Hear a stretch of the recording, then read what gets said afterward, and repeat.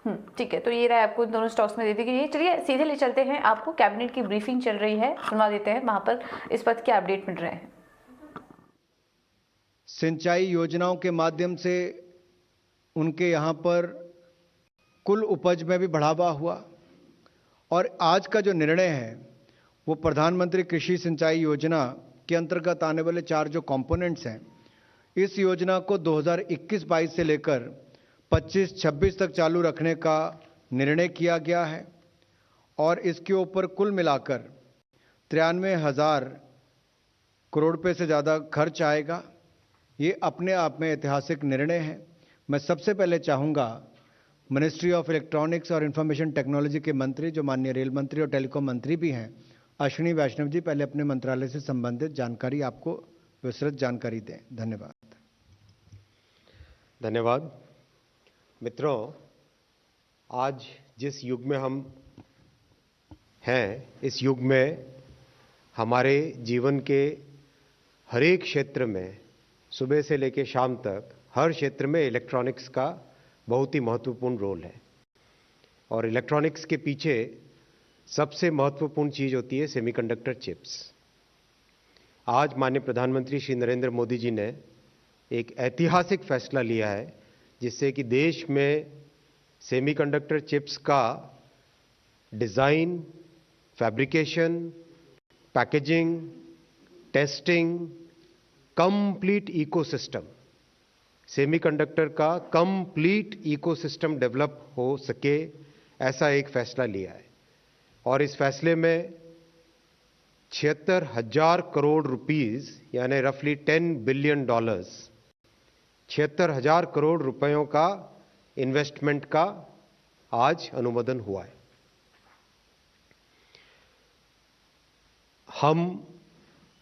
अगर हम electronics manufacturing की लास्ट 7 इयर्स की जर्नी देखें,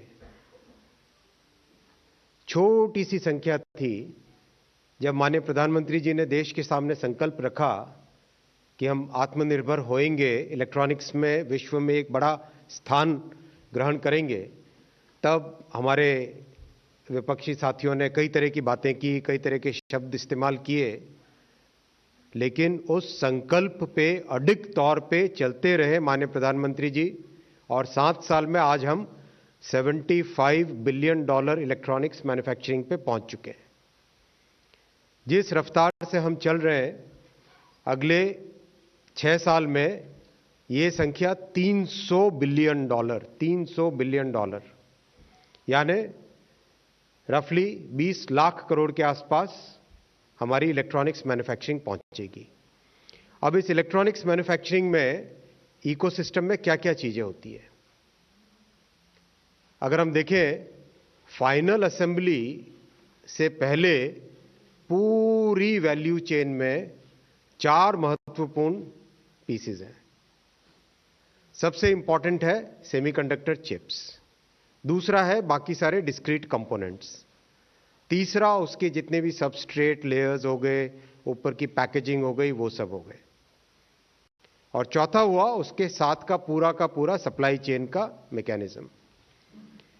इस चारों के चारों एलिमेंट्स पे पिछले 7 वर्षों में इतनी प्रोग्रेस हुई है कि आज दुनिया का सबसे बड़ा मोबाइल मैन्युफैक्चरिंग यूनिट भारत में है।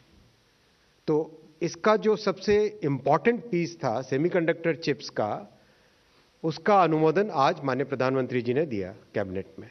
मैं आपको बहुत ही सरल एग्जाम्पल से दिखाऊंगा। ये है एक वेफर, ये एक स्ट्रैटेजिक वेफर है। स्ट्रैटेजिक एज इन, जिस देश ने आज वेफर बनाना नहीं सीखा वो देश आने वाले दिनों में पीछे रह जाएगा।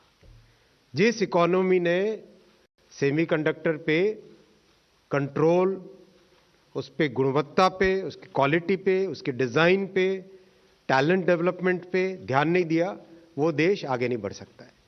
जिस तेजी से इलेक्ट्रॉनिक्स, आर्टिफिशियल इंटेलिजेंस, कंप्यूटिंग आगे बढ़ रही है, इस फील्ड में आगे आना एकदम जरूरी था।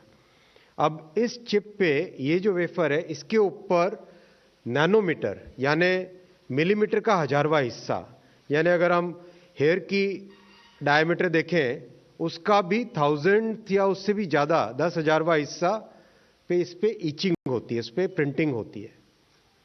उस प्रिंटिंग होने के बाद में बिल्कुल छोटी छोटी चिप्स निकलती है इस तरह की, देखो शायद आपके कैमरा में आए ना आए, इस तरह की छोटी चिप्स निकलती है।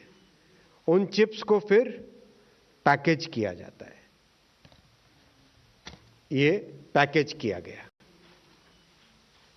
ये बनी चिप जो कि जाके फाइनली प्रोडक्ट में लगेगी, मोबाइल में लगेगी, कैमरा में लगेगी, जेट में लगेगी, रेलवे के इंजन में लगेगी, और आज तो इवन पंखे में और लाइट में और करीब करीब हर चीज जो हम इस्तेमाल करते हैं उसमें लगती है। फिर ये इस तरह का पूरा सर्किट बनता है, और ये सर्किट फिर आगे प्रोडक्ट के अंदर जाके, ये जो हमारा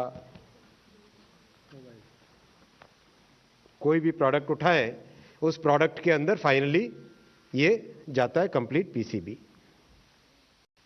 इस पूरी वैल्यू चेन के लिए सबसे पहले सिलिकॉन सेमीकंडक्टर फैब। कैबिनेट की बैठक चल रही थी जिसमें 3 जो मंत्री थे वो अपनी अपनी बात रखते हुए देखिए, पहले अनुराग ठाकुर ने शुरू किया, बाद में अब मिस्टर वैष्णव भी अपनी बात रख रहे थे। खैर आगे बढ़ते हैं, जरा मार्केट्स में वापस से लौटते हैं, और मेरे साथ 2 मेहमान हैं, मितेश पंचाल और साथी मंदार, जिनसे हम बातचीत कर रहे हैं। रेंज में है पूरी तरह से मार्केट, वैसे रेंज कहीं कोई ख़राब नहीं हुई है, ना 17,200 टूटा, ना ही आज बैंक निफ्टी पे कहीं हम 36,900 के नीचे फ्यूचर्स क्लोजिंग कर रहा है, बट फिर भी थोड़ा बहुत स्पेसिफिक होकर ध्यान रखना पड़ेगा। अच्छा, अब मितेश और मंदार, मितेश आपसे पूछता हूँ, अभी आप कह रहे थे ना मारुति की हमको एक पोजीशंस लेके जाना चाहिए, आप उसमें बुलिश हैं। मैं थोड़ा ना फ्यूचर्स लेके नहीं जाना चाहता, तो या तो आप मेरे को कैश के लेवल्स दो मारुति के, नहीं तो क्या मैं 7700 की कॉल को लेके जा सकता हूँ। मैं कम पैसे में पोजीशन रखना चाहता हूँ,